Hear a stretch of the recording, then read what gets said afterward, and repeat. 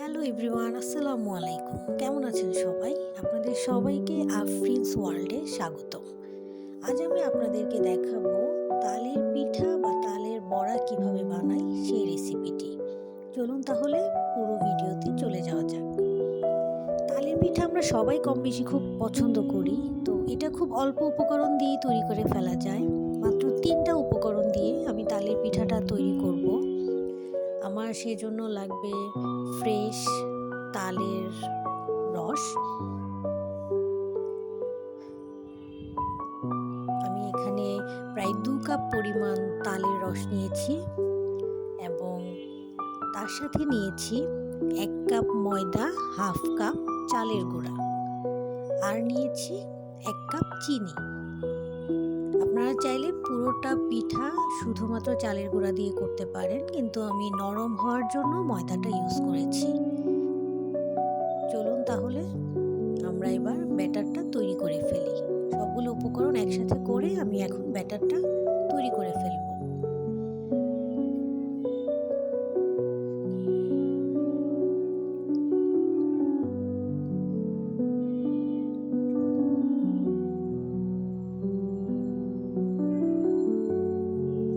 এই যে দেখুন, আমার ব্যাটারটা তৈরি হয়ে গেছে। খুব ভালোভাবে একটা চামচ বা কাঠি যেটাই পায়েন আপনারা, তার সাহায্যে ব্যাটারটা তৈরি করে ফেলবেন। আমার ব্যাটারটা একদম পারফেক্ট হয়েছে। এবার আমি চুলায় একটা কড়াই বসিয়ে দিয়েছি এবং সেটাতে কিছু তেল দিয়ে দিয়েছি, সয়াবিন তেল। এবার আমার তেলটা গরম হওয়া পর্যন্ত আমি অপেক্ষা করব। তেলটা যখন গরম হয়ে আসবে তখন আমি ছোট ছোট করে হাতে পিঠাটা দিয়ে দিব। এই যে দেখুন, আমি পিঠাটা দিয়ে দিচ্ছি। এভাবে ছোট ছোট করে দিতে হবে, তাহলে পিঠাটা ফুলে উঠবে খুব সুন্দরভাবে। পিঠাটা যখন একটা পাশ হয়ে যাবে, এটা নিচ থেকেই সরে আসবে তেল থেকে।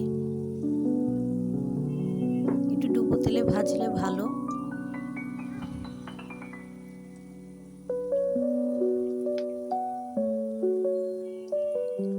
আমি কয়েকটা পিঠা একসাথে দিয়ে দিয়েছি।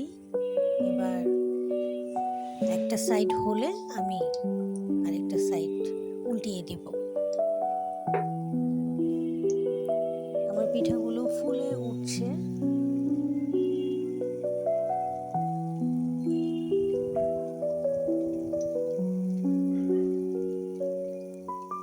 এবার আমি পিঠাগুলোকে উল্টে দিয়েছি। লাল হওয়া পর্যন্ত অপেক্ষা করব। এই যে দেখুন, আমার পিঠাটা প্রায় হয়ে গেছে, লালচে লালচে হয়ে গেছে। এবার আমি চুলাটা অফ করে দিয়ে আমি একটা প্লেটে পিঠাটা পরিবেশন করব। এই যে দেখুন, তৈরি হয়ে গেল খুবই সুস্বাদু তালের বড়া অথবা তালের পিঠা। আপনারাও বাসায় ট্রাই করতে পারেন, খুবই মজা। আশা করি আপনাদের খুব ভালো লাগবে।